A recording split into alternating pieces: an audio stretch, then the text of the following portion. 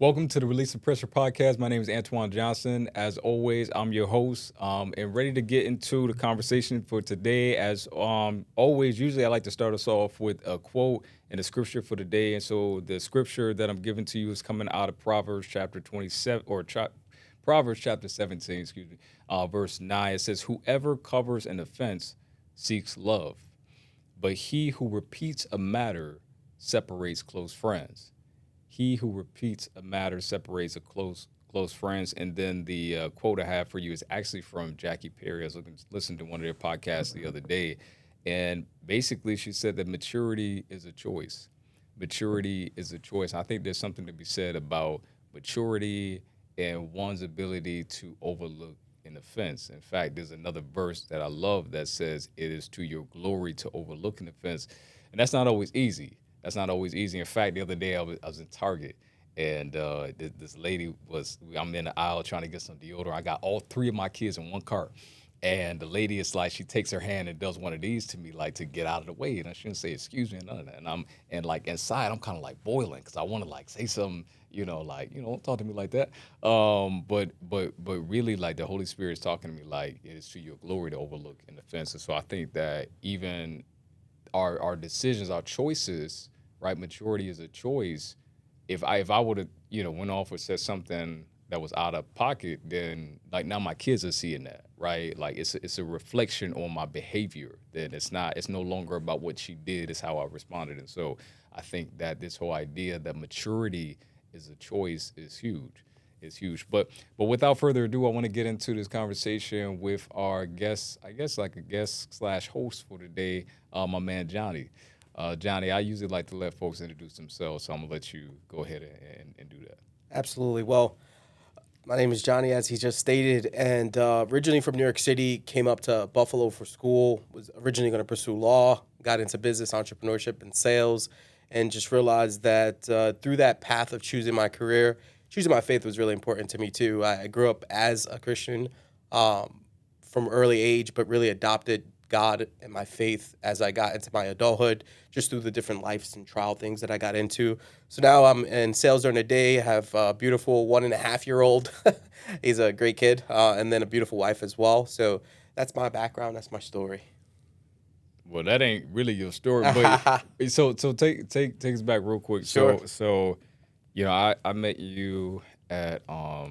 Nickel City Yep. Church, on Kenmore in Buffalo. Great church. If y'all looking for a church home, check them out.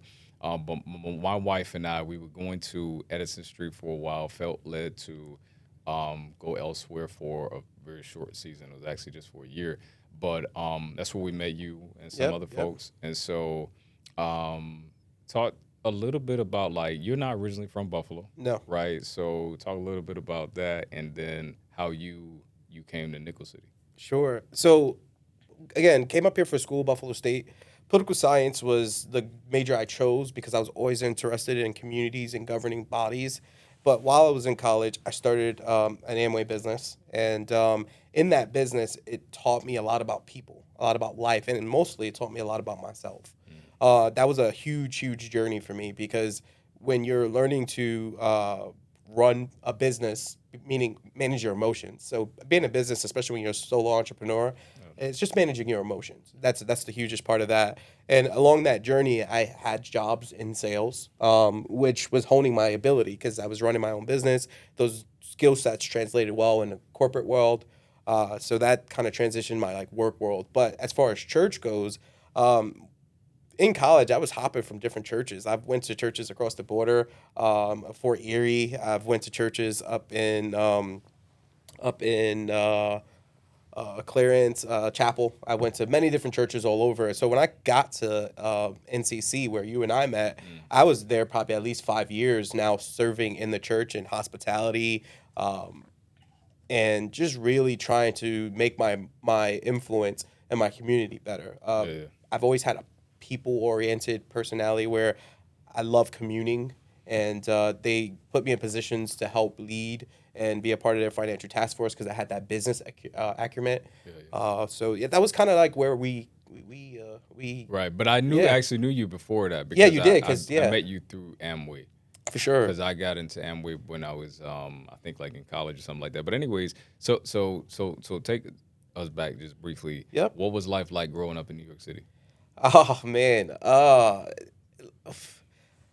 So originally my mom was in Manhattan, and then my father was in the Bronx, and they got together, and then eventually I moved to the Bronx from Manhattan. And growing up in New York City was one of those things where you don't realize how fast of a pace you're moving, and you don't even realize the cautions you have as a person because your environment is at the same time exciting, but at the same time dangerous, right? Because I'm growing up in the Bronx, I'm walking through Webster projects to get to school on Webster at the time where we were, and then just dealing with like that whole influence of gang life. And my mom and my dad, they split, so they weren't always on the same page, a good page, but just navigating not having a father. And that's usually how people get into those lives of wanting to join a gang, is they didn't have that fatherly influence. Now I was grateful because my my mom put a lot of men in my life that gave me that influence of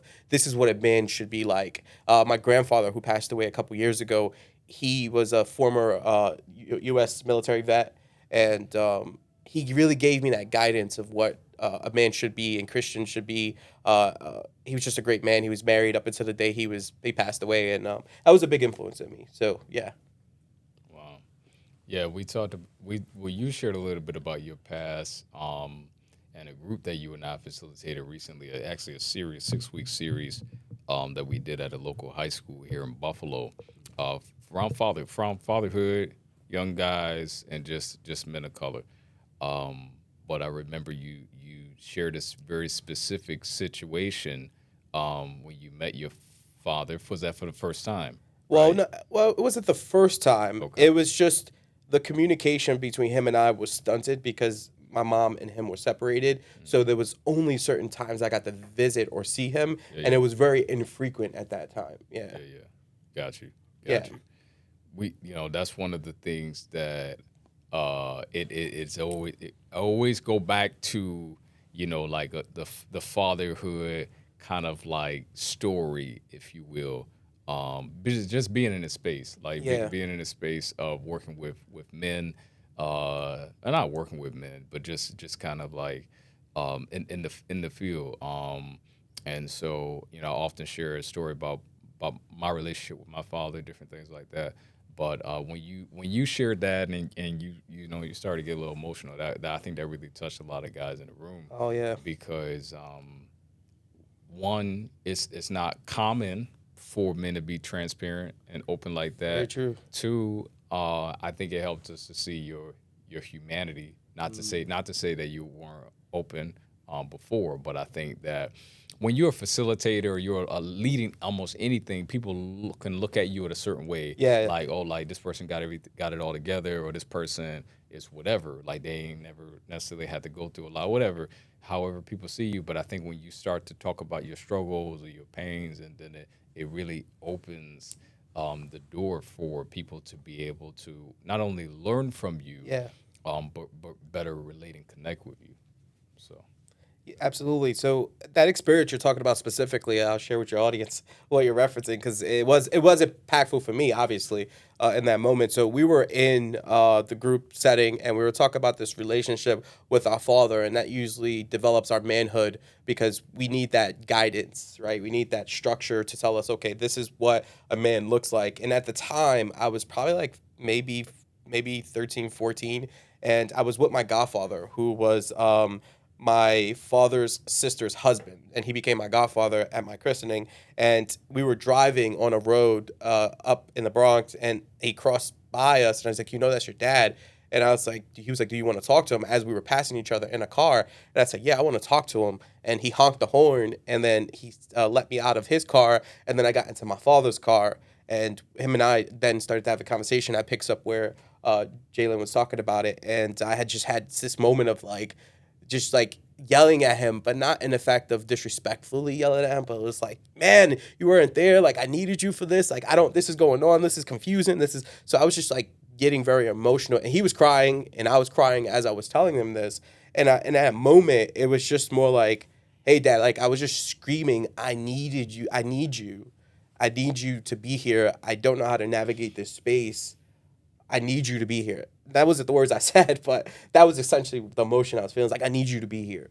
And I needed him to be here. And in that moment, after that moment, our whole relationship changed. Like, you know, he became more consistent. And it wasn't that conversation that changed him. He always wanted to be that man. So it wasn't that conversation that changed it. It was just a change for me in the fact that I realized that he actually wanted to be there, and that it's just the conflict that happens when we're not on the same page with our significant other that causes that that strife to happen as in our children. So, Do you think if you would have never got out the car that day that anything would have changed?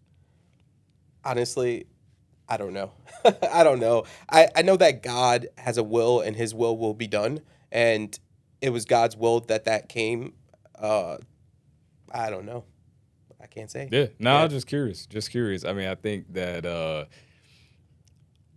it it it and depending on the person, they may say, "Oh, I'm not getting out of the car." You know, he should be trying to make the effort to come see Yeah. me. He should get out the car, or you know, like you can go so many different ways with that. But I think that it's good. I think that it's good that you did what you did, evidently, because it helped to open the door. Yeah. It sounded like what you were able to do was get some stuff off your chest, Yeah, for sure. which helped just kind of blossom into this, you know, what you have with him now. But I think many times, like, men won't put themselves in this situation, even you being like a younger guy, because of the fear of rejection. Like, all Sure. right, what if I get out and he tells me go back into the other car? Or Sure. what if I get out and I cry and scream and tell him he should have been there? He says, get over it, or makes an excuse, or whatever the case may be. So, Well, I think one of the things too, and to give my dad some credit, I did live with him and my mom up until probably I was like maybe 3, 4, 5, 6, somewhere in that age range. So I had that feeling of what it felt like to have parents live together, and when your parents separate, it's like a part of you leaves, right? It's like when you're a child, everything's about you until it's not. Right? The whole world is about me. It's that immaturity you have because you're still discovering the world. So you are the world until you realize, wait, there are other moments outside of me, right? So now, when that moment happened where there was this disconnect and they split, I started to realize, like, I tried to overcompensate as a man. I became more of that, like, okay, I got to be hard and take care of my mom and 2 sisters and become this pseudo masculine figure, overcompensating. But one thing that my godfather did, the man I was actually in the car with, is he actually had my 4 cousins that he was raising and then took me in as his like 5th child. Really? Essentially. Yeah. So my cousins, they were raising it and he took me to the 5th child.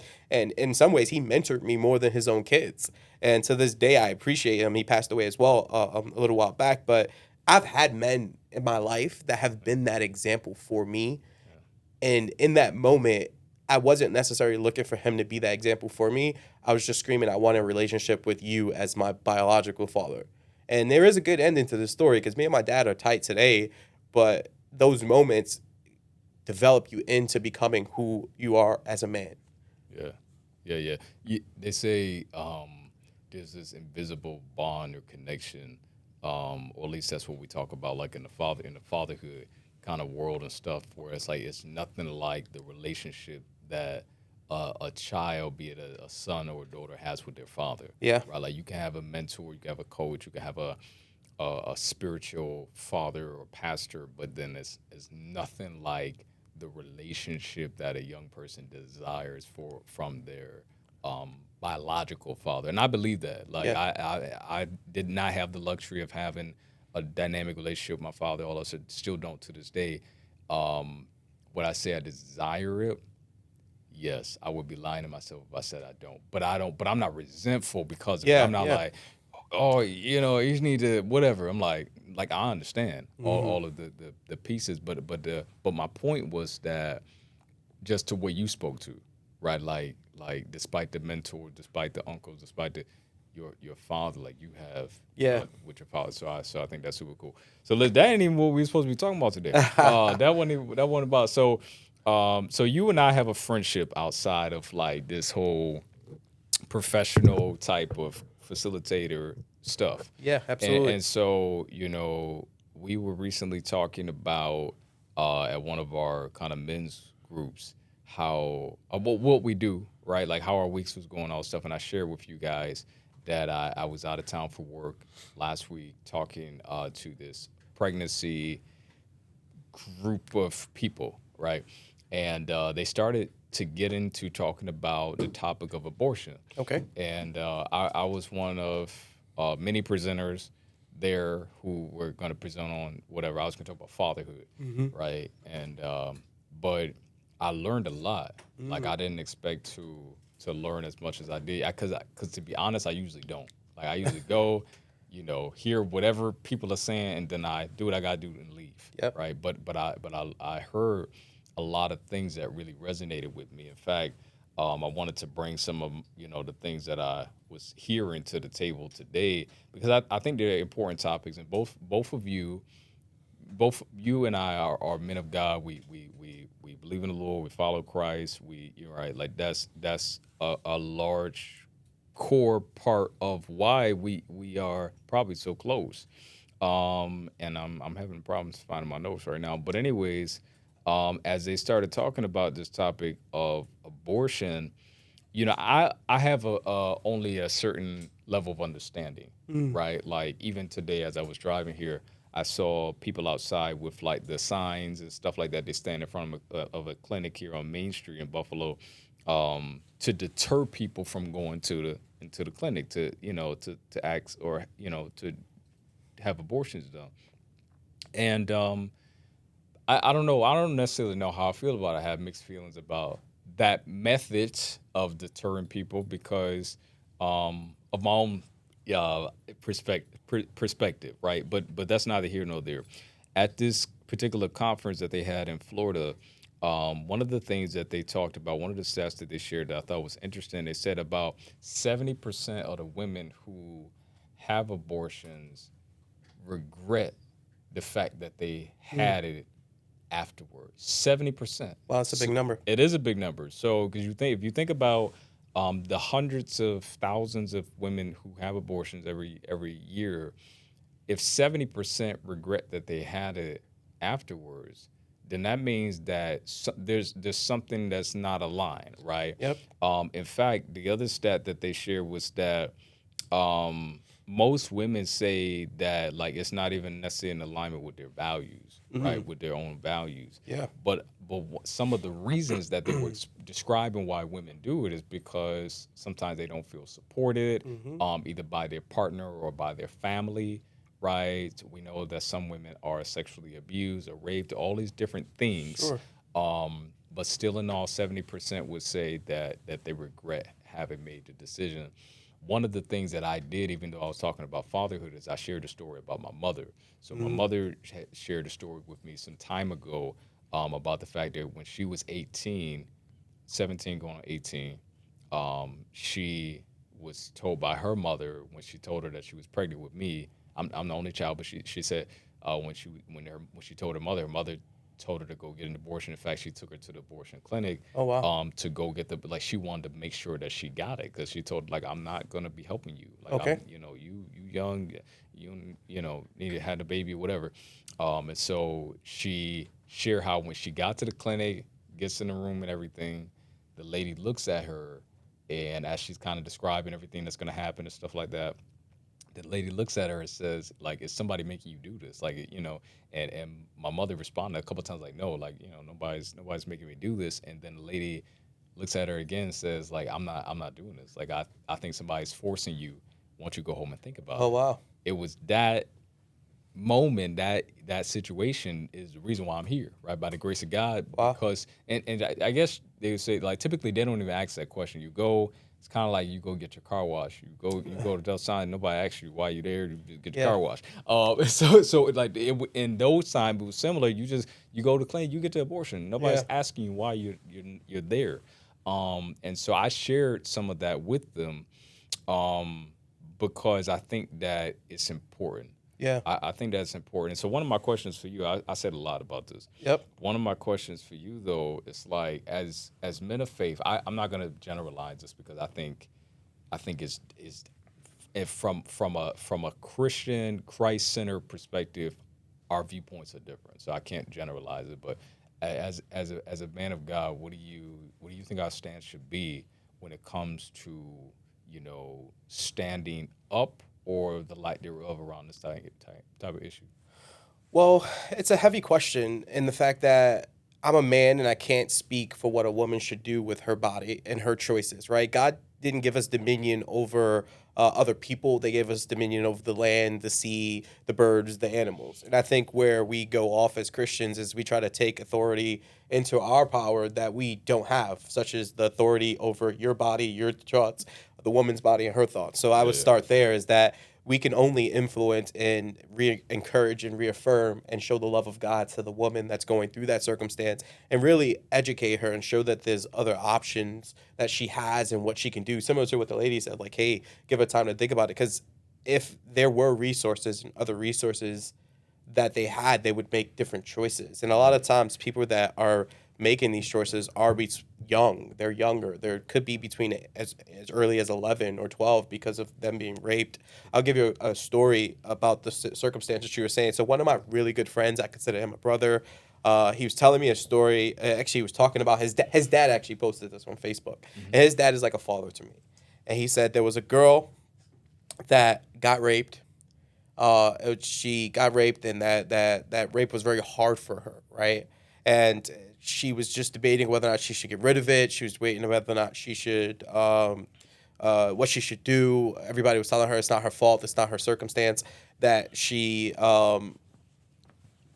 that pretty much that the abortion would be okay under the circumstance because she got raped. It wasn't her choice to be here, be in that situation. Yeah. Well, she actually did give birth, and that birth was my friend's father.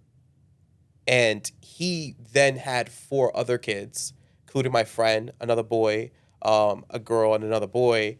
And they, in turn, had 3 kids. And then my friend doesn't have any kids, but his brother has 4 kids. His sister has 4 kids. And one of his other brothers is going to have another child. If that woman, his grandmother, who I met, beautiful woman, I consider her my grandmother, would have made that choice, the generations, including my friend, would not exist today. Exist. And the relationship that I've had with my friend and who I consider a brother is so invaluable. Yeah.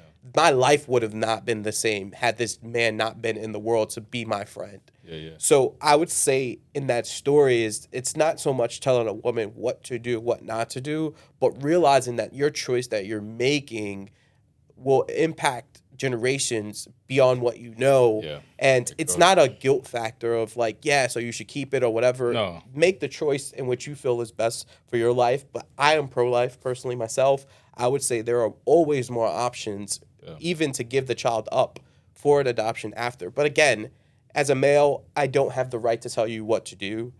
Even as a Christian, I don't have the right to tell you what to do. But I can tell you what I would do For you and your house. for me and my house and Yeah. how we serve the Lord is, yes, that life is important. Yes, yes, it should be here. If you are open to seeking help, then that would be the option I would say to take. Yeah. But at the same time, telling you that what you should and shouldn't do is not my place. No. And that's the way I stand.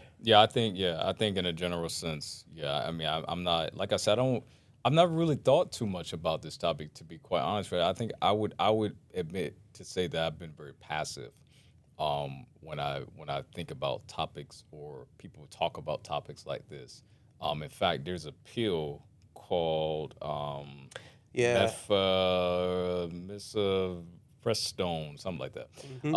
And basically, it's like an abortion pill. Basically, you can order from not just any pharmacy, but you can get them in the mail. Yep.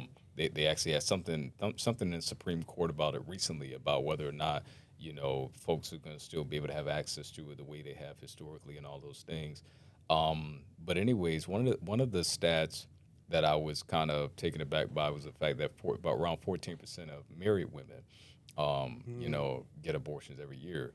And so I think there's a misconception to say, well, it's mainly like young teenage type young women that do it. And it's like, no, it's women from all across the spectrum. Now, younger women may be more likely to get it. In fact, my wife was just telling me the other day, she was like, there's an organization called Compass House here in Buffalo, and they help women. It's like a pregnancy center or whatever. And it was like they told her some short time ago that some young women want to get abortions simply because they can't deal with the morning sickness. Now, I will not, be ignorant to say I've never been pregnant, so I don't know what morning sickness feel like.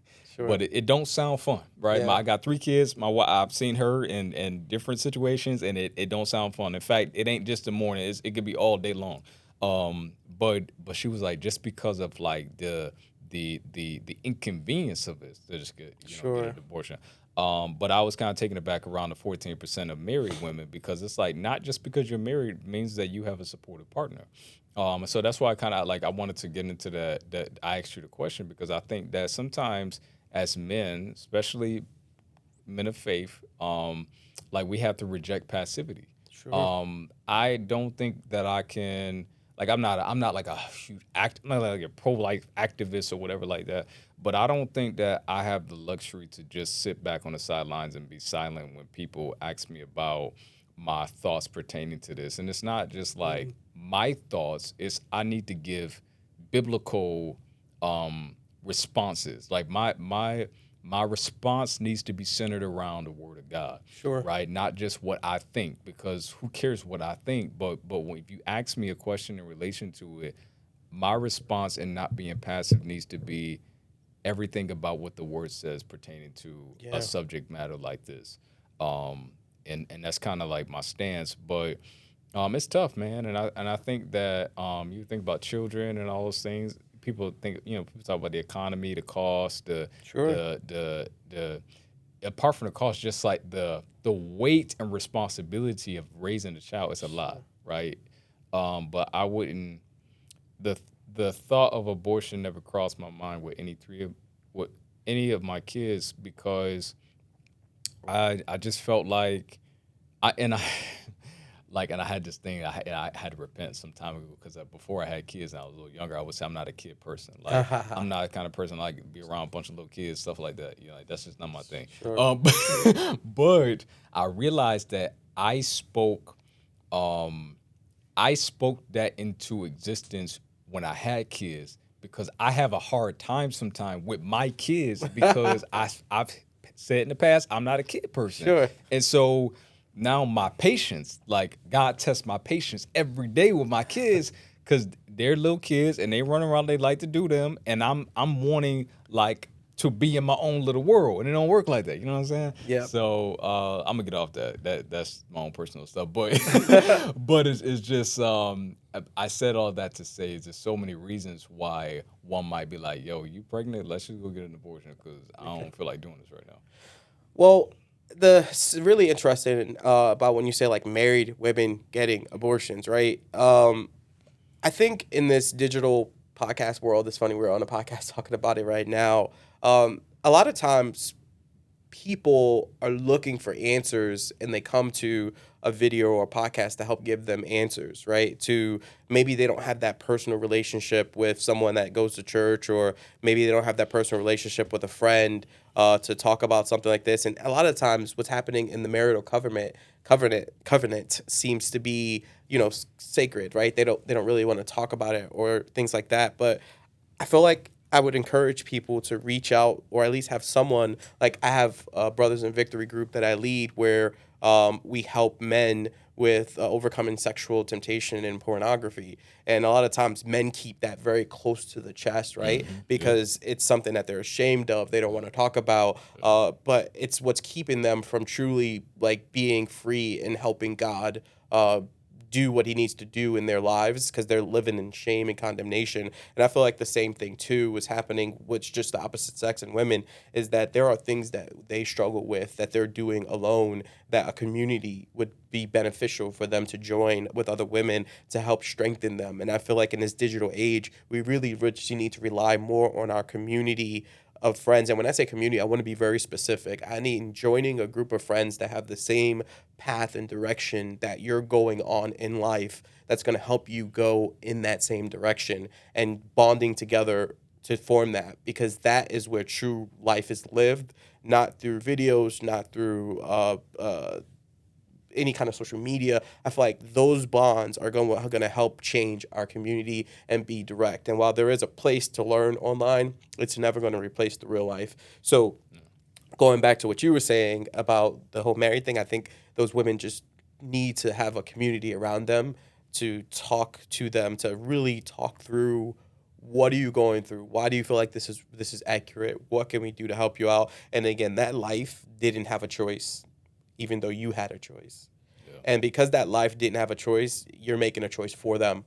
Whether you realize that or not, you're making a choice for the life that didn't have a choice. Yeah. And as far as the funny part about kids, I can't overstep what he said about kids, right? Because when I was single and dating, I see girls would ask me when we were dating and I was in that dating phase, do you like kids? And I would say, yeah, I love kids when they're somebody else's. And I go, what do you mean? And I go, when I could play with them for like an hour or two and give them back, it is amazing. I love that because I love to experience kids. But I knew for myself, like I had a battery and my battery would empty, because children take a lot more energy than the average adult, because they're soaking up life from you to represent that in themselves, right?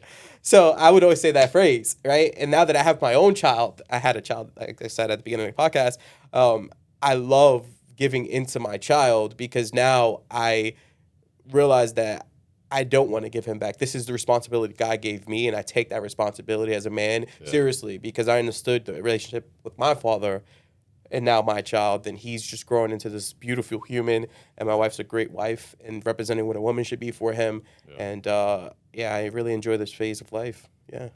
Yeah.